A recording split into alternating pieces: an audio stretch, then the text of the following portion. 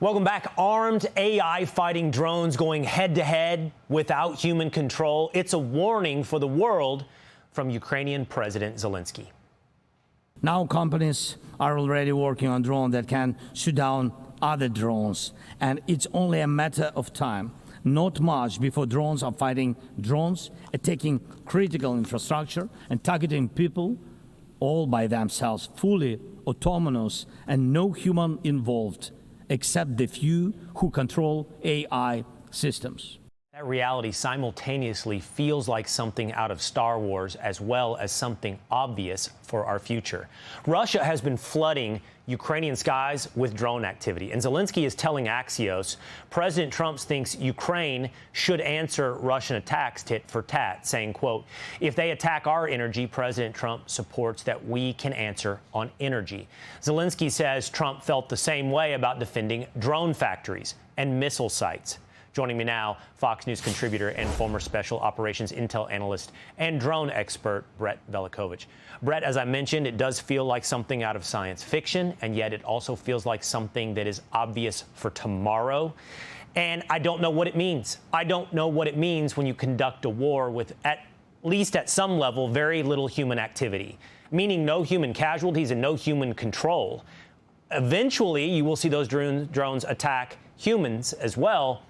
But it really is removing us at some level from warfare.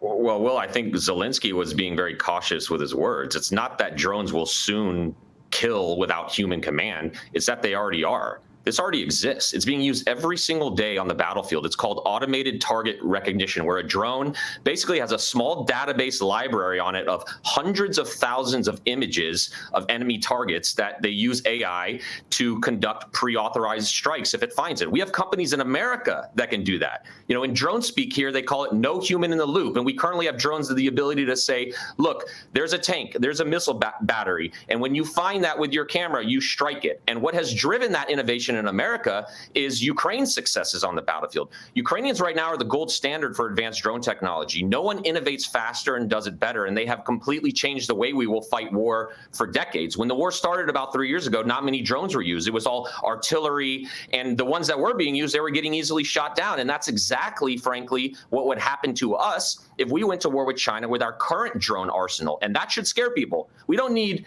big MQ-9 Reapers anymore. Sorry, fans of General Atomics, but savages living in $10 mud huts in Yemen are shooting down some drones that cost the taxpayer millions of dollars. And my personal opinion is these big defense contractors building drones, they'd fail us if we went to war today, because Ukraine and Russia, it is a blueprint for how we are going to have to defend Americans going forward. We need bold change in the Defense Department. We need fast, agile, large-scale innovation in the United States, not some 20-year procurement cycle for drones. And we need to innovate like the Ukrainians do and do it 10 times better than them, because we've got a lot of ground to cover. And we just need our government right now to fix this, protect American people, and start investing in drone technology at a way, because the fact is we're never going to fight another war without drone technology and AI playing a critical role.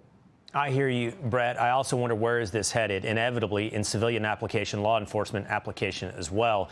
It's just, it's a brave new world.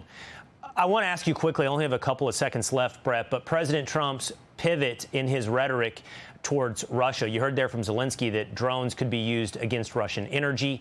President Trump said Russian fighters should be shot down over the Baltics. And he's gotten much more serious with Vladimir Putin. What does that mean for our future?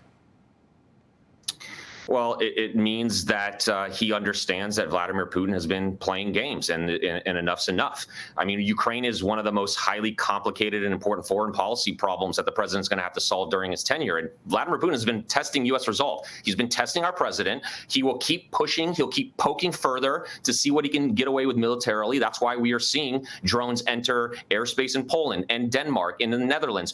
Putin is trying to figure out what our real red line is, not just talk, but what our actual red line is. And I think the president has finally had enough. You know, people are rightfully tired about talking about Ukraine because they point to problems in our own country. But backing Ukraine isn't charity, it's strategy. We cannot let Russia reset boundaries, or it's basically going to, allow other countries like China to think they can just reset the world order and reset boundaries. And so now's the time to start conducting a more aggressive action. And I think that's what we're seeing the president do here. All right. That, I think, is a conversation that is just beginning. Brett Velikovich, thank you so much for being with us here today. Thanks, Will.